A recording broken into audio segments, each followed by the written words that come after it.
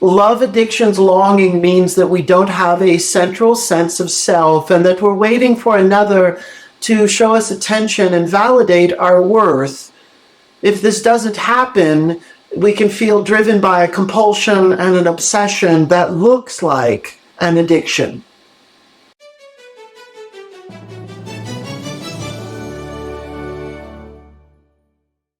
I'm Alan Robarge, an attachment-focused psychotherapist and a relationship educator, and I like to talk about how to heal attachment injuries and improve our relationships. And this video, talking about love addiction and talking about the experience of losing a sense of self, is just outright painful and also complex and complicated. And for many people, it just doesn't quite make sense. Because I'm going to use the phrase, I'm going to share this idea of like, well, you lose your sense of self. And those who don't experience this might be completely in the dark as far as, well, how is that possible? What the heck does that mean? And what it feels like is that you lose all ability to reflect back and self-resource. There's an inability to reference your own experience, and you become externally referent and waiting for another, a person that you're in relationship with. Perhaps the relationship has ended. You even be also a family member, a parent. But your own well-being and sense of fullness is limited and linked to and related to whether or not the other person shows up in a way to offer attention, vulnerability, intimacy, emotional responsiveness, and to just quite honestly be in relationship with you. And this is why, if you have this set up in your history, in your childhood, in other relationships, that when a relationship ends, it feels like death. It's this feeling of your whole internal structure implodes. As if you had some kind of internal scaffold. We might even use the word ego strength, ego boundaries, a way that we can orient to know who we are. We all of a sudden have no way of knowing who we are. Our whole existence is dependent on whether or not someone else wants to be in relationship with us. And I'm sure if you are experiencing this, it feels like life or death. It feels like you're just completely bothered, like you're being poked constantly. There's no way to find safety and calm and just to relax in your own skin. And that's why it's often talked about in terms of addiction, because we are in this very heightened, speedy place, a very intense needing, this driven by this desire to reconnect, to be with a person that we care about. They hold the key to our own well-being. Now, let's talk about how this gets set up in our life. And it's really challenging, and this is a theory I'm going to share with you, this idea. Now, something else really to think about is this word addiction is really problematic because we're talking about attachment trauma. We're talking about the wound of the development of the self, and we're talking about a wound of an impermanent self. We're talking about a wound of being invisible. And we're talking about how a sense of self does not have a grounded, centralized, staying presence, and it can disappear. And it's when it disappears that we scramble, we freak out and look outside of ourselves. It's being very, very externally referent. Our well-being is going to come from outside of us. And in that moment, we don't have the ability. We don't have an internalized power source. Think of the image of a bucket, and there's holes in the bucket, and you put the life force in it, you put water in it, and the water just quickly drains. There's no way of containing and holding the water, containing and holding the life force. And we can feel incredibly dependent. We feel incredibly needy. Our existence and survival depends on this other person that we love to be able to reach back, to reach out, and to mirror to us our own worth. Yes, of course, this is problematic. Yes, of course, that does not sound ideal. But we're not judging it in the sense of, well, just don't do it. It's the way that our brain is mapped. It links to grief. It links to attachment trauma. It links to an incredible experience of being frightened when those we love disappear. And for many of us, we have some kind of history in our family, probably caregivers, parents, who they weren't really there. They were there, but they're not there. All the different reasons that the parent was unable to sustain or maintain a continuity of the attachment bond. And we never were quite able to make sense or integrate at an early young age what it is like, how incredibly frightening it is when the parent is just not there for us.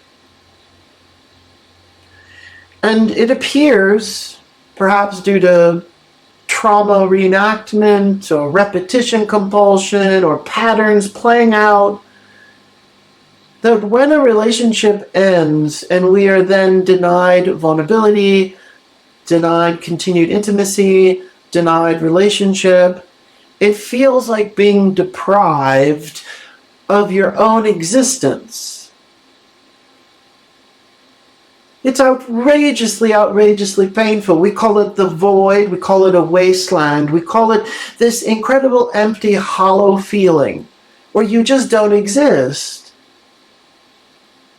It's very possible that's what's happening in relation to this sense of self, that our sense of self, our own identity, knowing who we are, we lose the ability to reflect back to ourselves who we are. And I think we could make the argument it's linked to also when the parent disappeared, we cannot see ourselves when the parent disappears. We have this understanding of an introject. We have this understanding of internalizing a relationship.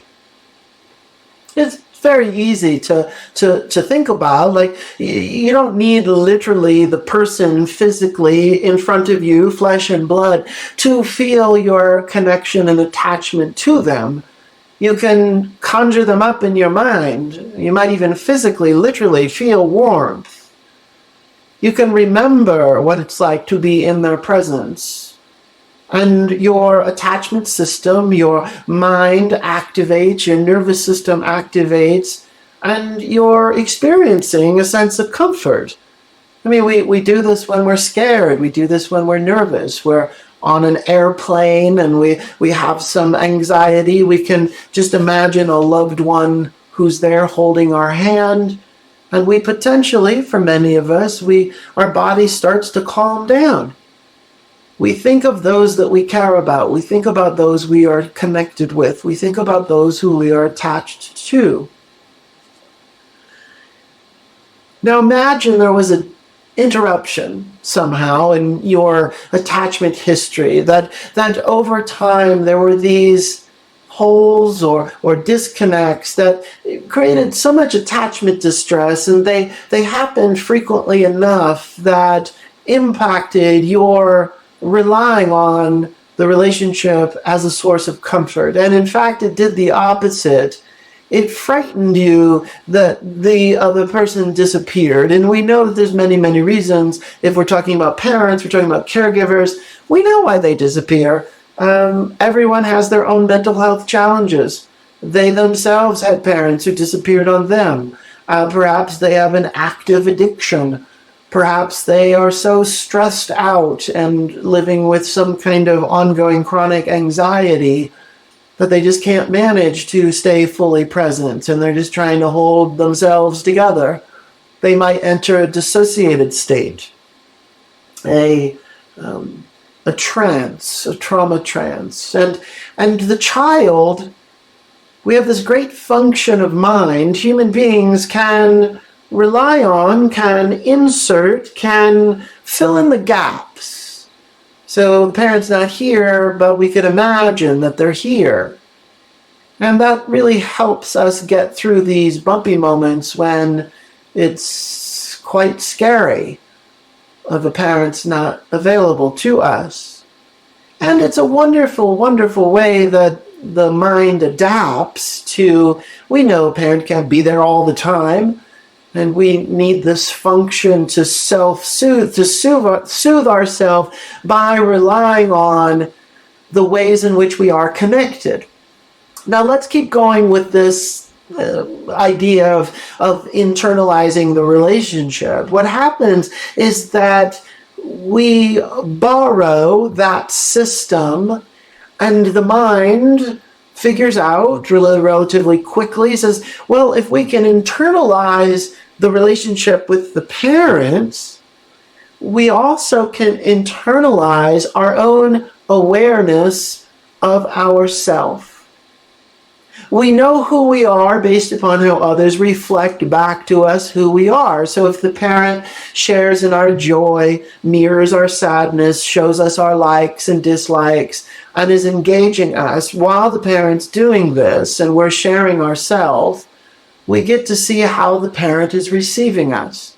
When the parent receives us and they participate back, it's holding up a mirror of who we are. And sometimes we like what we see in the mirror, sometimes we don't, sometimes we adjust it. But ultimately, that's how we're really gaining our sense of self, is based upon how others are mirroring back to us our sense of self. Now, you could imagine, this is pretty scary stuff, when the mirror that we're relying on is cracked or not reliable, or if in fact what's being mirrored back to us is manipulated, a very shortened version, not really mirroring back our fullness, because maybe the parent is a bit concerned about how you're showing up in the world and they want to mold you in a certain way, and they're giving you the rules of how to be a self, and they don't like all of the ways that you're showing up in this world, so they're very consciously or specifically going to mirror back aspects of you that they want to bring out, and they're going to downplay the aspects of yourself that they don't want to see. Now, it's also possible, as you know, sometimes parents behave in such a way that the child is an extension of their own sense of self, and so the parent wants the child to behave in a certain way so that the parent feels good about their own identity. That happens too. But over time, the same way that we can internalize the parent's voice and internalize the relationship with the parent, we internalize our own understanding of ourself.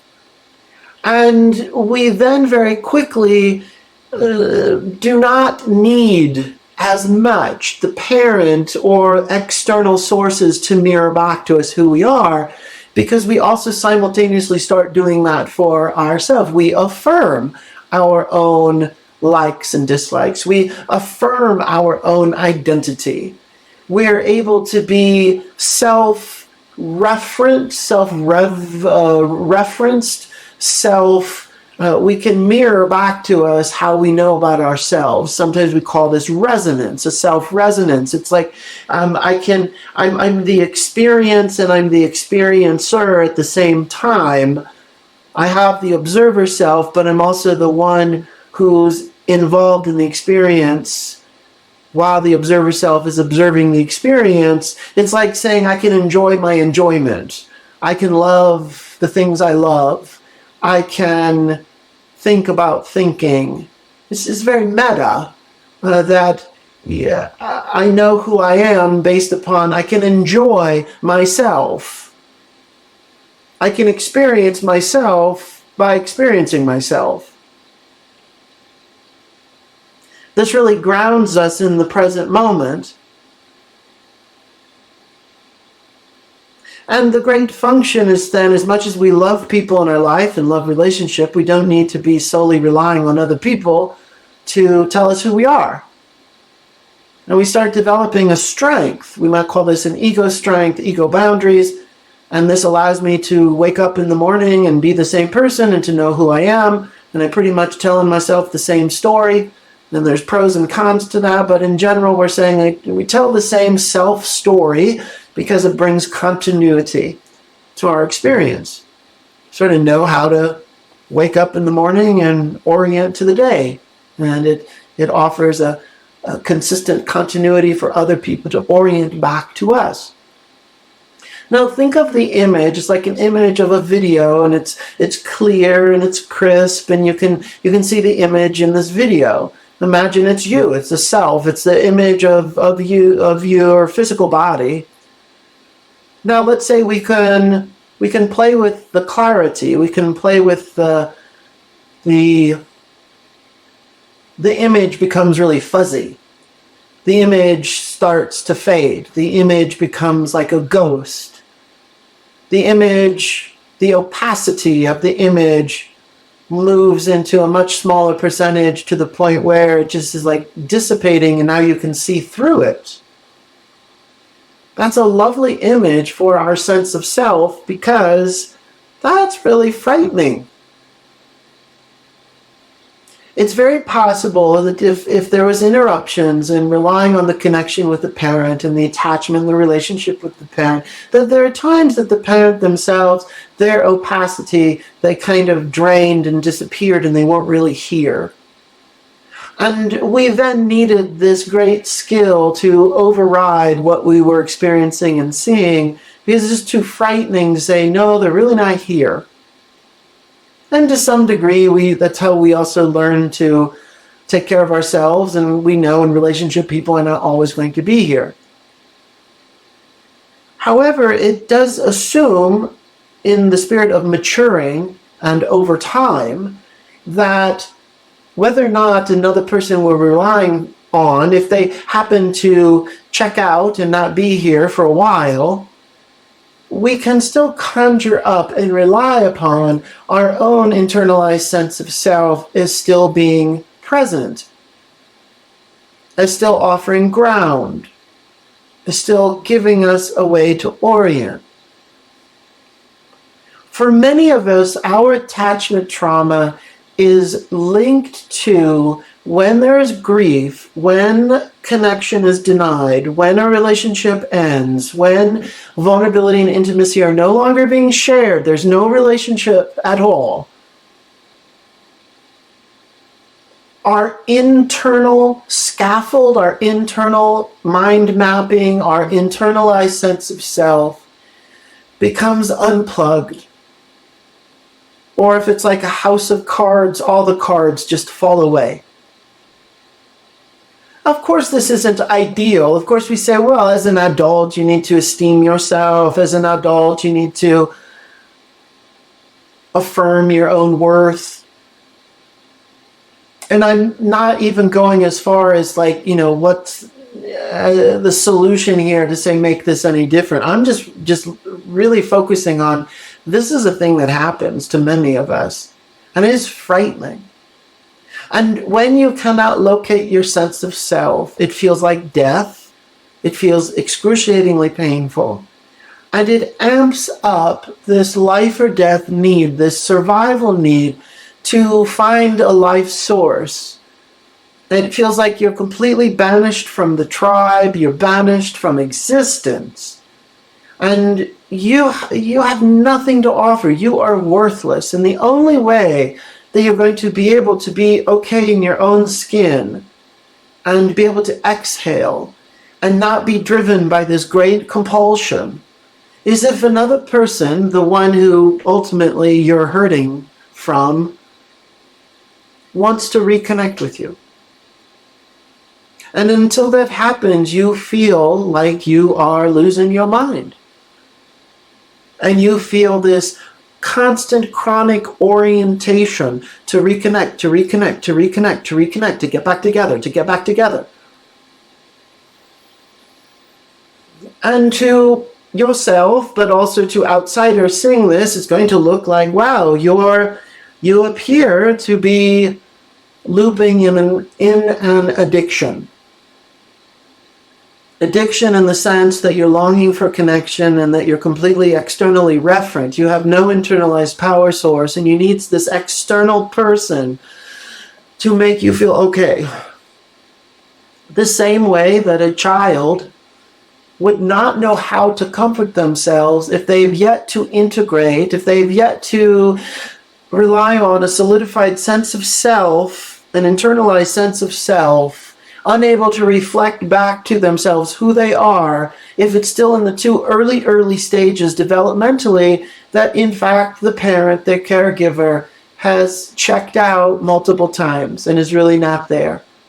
And when the parent is really not there, the child doesn't have the maturity or the mind mapping to know how to rely on their sense of self because no self exists yet.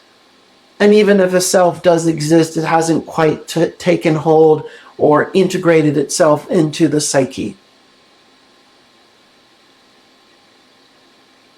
Something that's really going to tip us off here, and this is going to be really hard to hear for some of us who are overly focused on the other person, is that we can, as best we can, take a step back and say the intensity, the incongruence, the level of longing has a kind of dissonance to it. It's incongruent. Yes, we care about the person. Yes, we really want the relationship to work out. Yes, we'd love to get back together. Or even we know, some of us even know we don't want to get back together, but we're driven by this great need to find relief. And so we don't necessarily want to get back together for the sake of the relationship, but we need to get back together just so that we can function and feel okay in our skin. Which is another set of challenges here. Because then we're perpetuating the same thing and we're right back where we started. This feeling when you don't exist is that the other person is the life force. The other person is granting permission for you to be you. The other person is the gatekeeper to feeling okay. And the self implodes. There's this internal collapse. There's a one-way orientation. Again, this idea of being externally referent, or your power source is coming from outside of you. And you don't have a way, there's a bucket with the holes in it and the waters. You just can't hold anything in the bucket. You have this feeling that your identity is merged. Some people report they can only feel the other person's feelings. They don't even have their own feelings. It is non-existence in the sense of annihilation. You feel you have no purpose. If you don't have this relationship, if you don't have the other person connecting with you, calling you back, texting, wanting to get together with you, then life just has no meaning at all. You've completely lost your ability to retain, maintain any sense of internal self-reference. Everything's referenced to the other person. It means that we can't accept this reality as it is, meaning the relationship is over. Many of us have the ability to distort reality, because as a kid you really needed to distort reality or weave a story or just make sense of things that didn't make sense. And from the child's brain, from the child's point of view, you might have developed a story where you blame yourself, you judge yourself, you shame yourself about why the parent's not available, or why the parent has an addiction, or why the parent treats you a certain way. Well, it must be my fault. And that's a distortion. That's a form of distorting reality in order to try to make sense of something that doesn't make sense. And so we take this great skill of reality distortion, and when this relationship ends and we'll have this intense, debilitating longing to be reunited with this person, we distort a reality that believes the fact that the person has the ability, that they have the skill and the ability to give us this level of comfort, and that in fact they really can provide a relationship where we're completely dependent on them providing a relationship. It's incredible dependency. Something to explore here is that when we reject our own needs because we're waiting for the other to fulfill our needs, we cannot take ownership.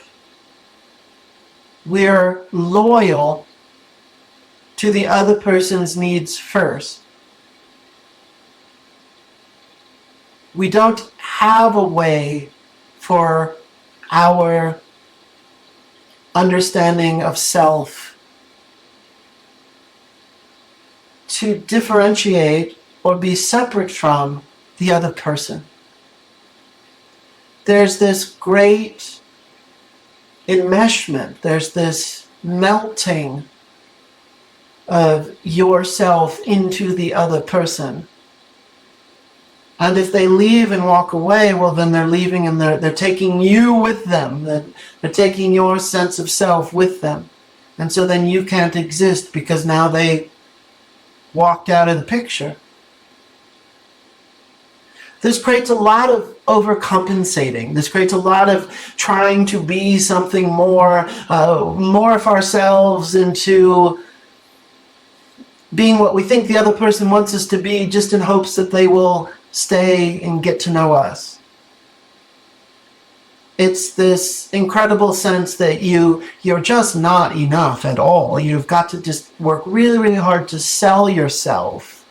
Work really hard to be seen. Work really hard to get noticed. And even when you do, it's not consistent. It's not reliable. It goes away. The idea is like, I am not enough unless the other person notices me and pays attention to me.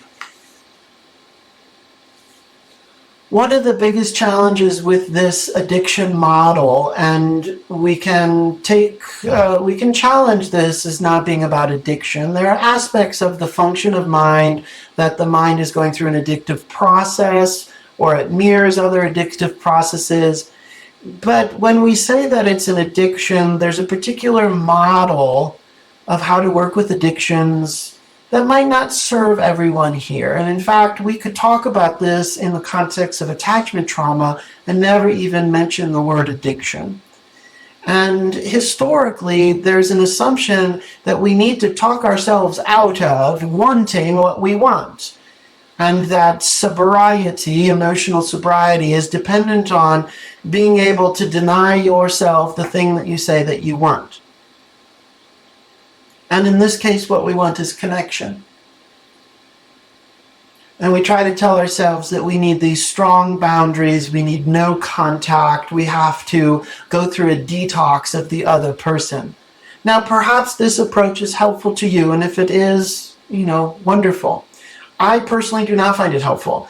And I think it creates a lot of confusion with regards to people trying to talk themselves out of the goodness of wanting connection. And to realize that it's not something that you overpower and control just by telling yourself to turn it off. But this drive and this need for connection is the same drive and need to know yourself. You just have no internal orientation of how to get there.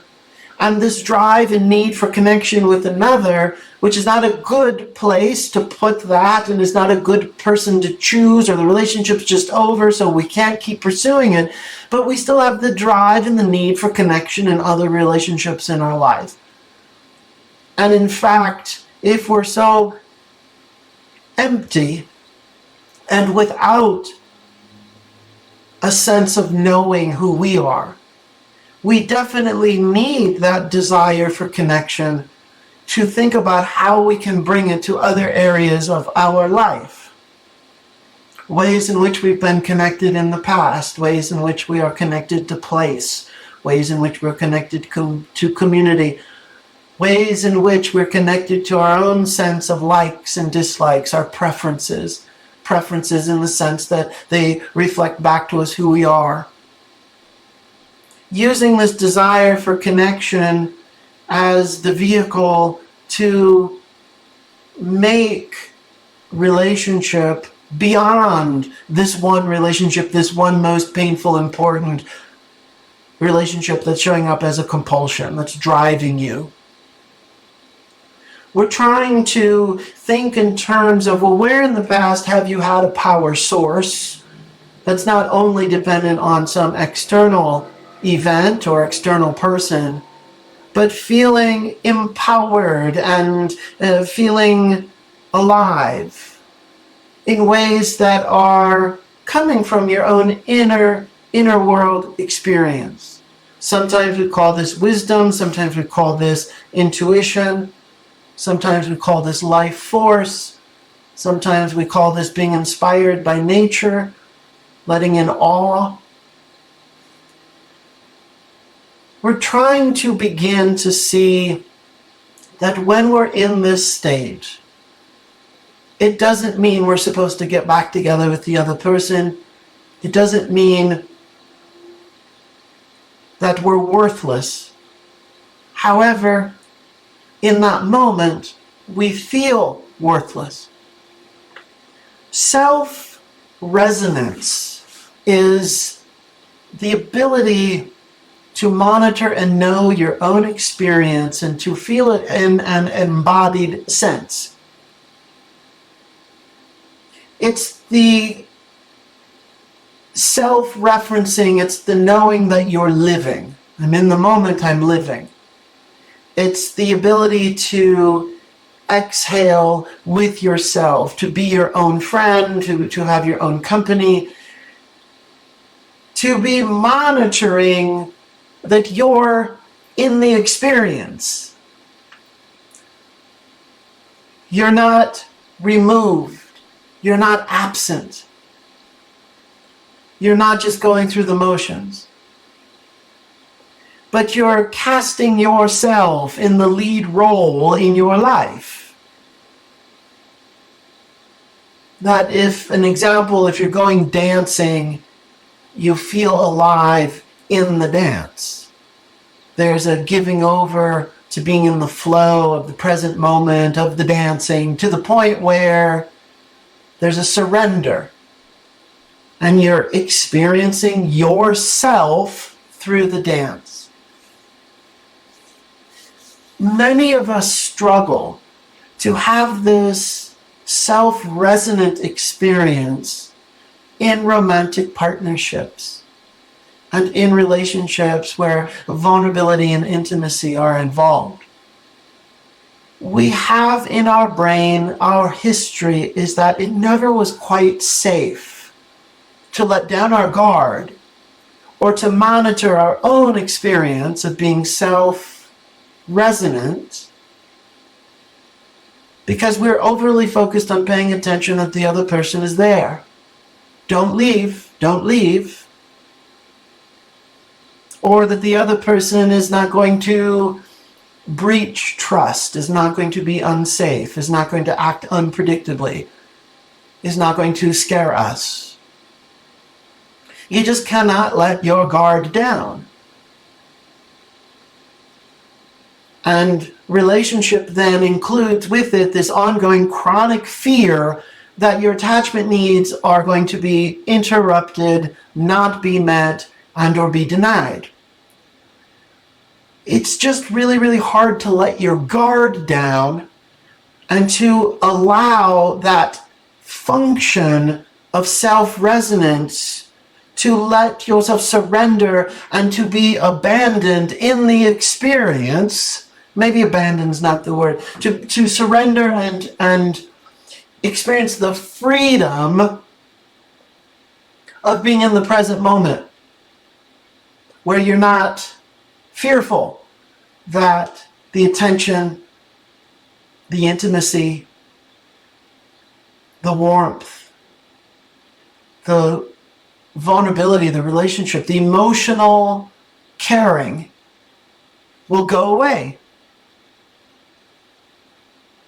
Some of us don't trust it. And as a result, we've been trained, we've been trained to always be overly focused on what the other person is or isn't doing. And that means we've gone without training ourselves to pay attention to what we're doing. And this all gets incredibly amped up and turned on when the relationship's over and the other person exits and distances from us.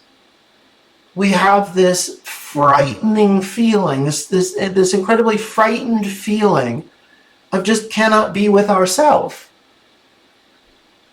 Because the way we have oriented to relationship is to stay overly focused on monitoring and tracking that the other is here. And what do they need? I want to, in almost creating some closing and ending, is to think of these lists. I have worked with lists with clients in the past, and you might or might not find this helpful, but if you cannot locate your sense of self and you have these symptoms of love addiction that's being driven by this compulsion, and all you're doing is thinking about the other person, and you're unable to find some ground to turn the mirror, to turn the lens on yourself.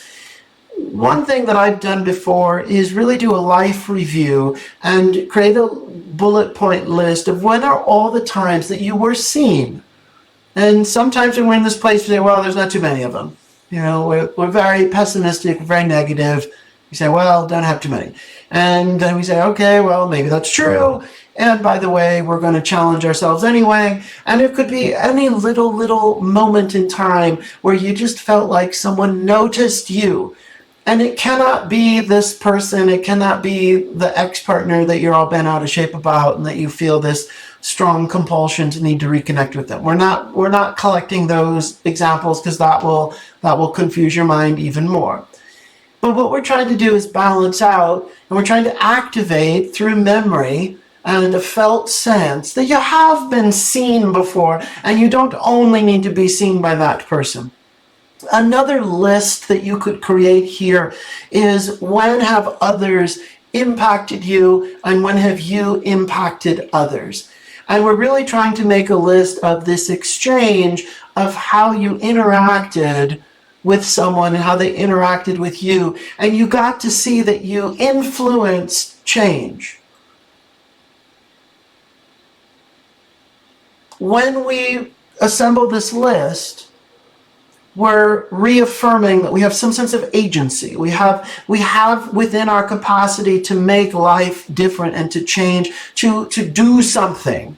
And when we're in this love-addicted state, we feel incredibly passive and we feel like a victim and we feel like we can't do anything.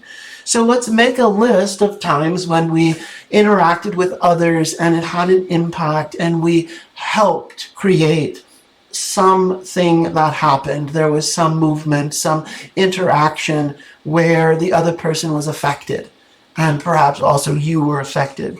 Another list that I like to create here is just make a list of all the times when you did experience relational nourishment, of just someone smiled at you, someone encouraged you, someone went to dinner with you and you had a nice time. And all of these interactions, we're just trying to flood our mind with memories and examples that existing in this world is not dependent on the other person.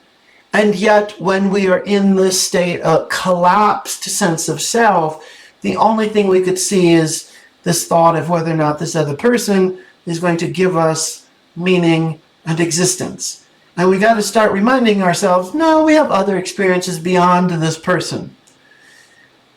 Another list that you can create, I don't know if this applies to you, we could play with the word, I call it healing environments. I myself have been involved in many workshops and many meditations and different weekend retreats, etc., etc. So I make a list of all of these places and times when I experienced some kind of transformation. And I received a nourishment, and oftentimes it was in the context of it felt like a spiritual nourishment. And just by remembering those times, making that list is sometimes a nice way to balance out that we're just overly focused on the other person. Another list that I like to create, and this is very active in the present moment, is I imagine a bunch of times in my younger self, different younger ages, when in my family, in my history, there was not really attention being given me. And that in fact can conjure up a feeling of some sadness or pain. So what I can do is my current adult self, I imagine myself walking into that memory and just immediately taking that child, taking my younger self and saying, I will give you attention. I'm giving you attention right now. I'm going to say to you the things that you wanted to hear and that you didn't hear. And for me, oftentimes these images, these memories, these interactions, they happen very fast, they're very speedy. I just run through a series of ages, and I think in terms of pulling that memory out of context and bringing it into the present moment, and just thinking about, well, I'm going to pay attention to that younger self in a way that he needed someone to pay attention to him. And I'm going to say the things in this moment that I think he wanted to hear. I'm going to do the things that might have been helpful. Really just company, offering attention, attentiveness, sitting next together, bearing witness to how he's feeling or what he's doing. And I play these scenarios in my mind. It does reinforce a sense of empowerment, and that I'm not just waiting on someone else to give me attention, that I'm practicing strengthening the ability to do it for myself. It can sometimes create a little bit of spaciousness. It sometimes can create a little bit of a perspective shift because we're trying to take a break from the intensity of the longing, needing and wanting the other person, wanting to connect with the other person. The last part of this video is just empathy and pain. I'm sorry. This is so hard. And when you're in this place, many of us, we've experienced this multiple times in our life. This isn't the first time. Now, if it's your first time, you might be freaking out and losing your mind. And I don't know if it's comforting at all to say like, well, it's probably going to happen again, so many years down the road. It's a kind of reoccurring trauma reenactment, a reoccurring trauma experience. And we're just practicing, learning how at each time to come back to strengthening a central sense of self. And sometimes when a relationship was so important to us, and it ended, even though we've had this kind of love addiction experience before, we find that it returns. So when it returns, it's probably not going to last and stay as long as it has before. Each time it returns, you're continuing to make sense of understanding where it's coming from. And you're beginning to assemble and learn some tools and ways to not totally freak out about it, as painful as it is. So it is a process of grieving. And it is a process of strengthening, knowing that you are okay as you. You already got the job. You don't have to prove yourself. There's no such thing as not being good enough. You're already good enough by right of just being you. And we lose that so quickly. We don't value ourselves when this attachment trauma gets activated and shows up as longing and shows up as love addiction. Please do the things. I've spent hours organizing this content. My videos generally take hours in the prep, and then the shooting the video and editing it, and just saying it takes a lot of work, and I'm investing in providing value and benefit. If that's the case, there's a number of things you can do to support me, support this channel. You can offer a donation. I'm actually in the process of creating a Patreon channel or page that doesn't totally exist yet, but maybe by the time you watch this, that'll exist. I have some courses, I have a community, or even just click like. I call it do all the things, the subscribe to the channel, leave a comment, and click like. At any rate, share the link to this video with others. If you get benefit, if there's value here, then please pay it forward and let others know about it. It really helps share and spread the word. More videos coming soon about this topic and other topics. Thank you for listening. I will see you next time.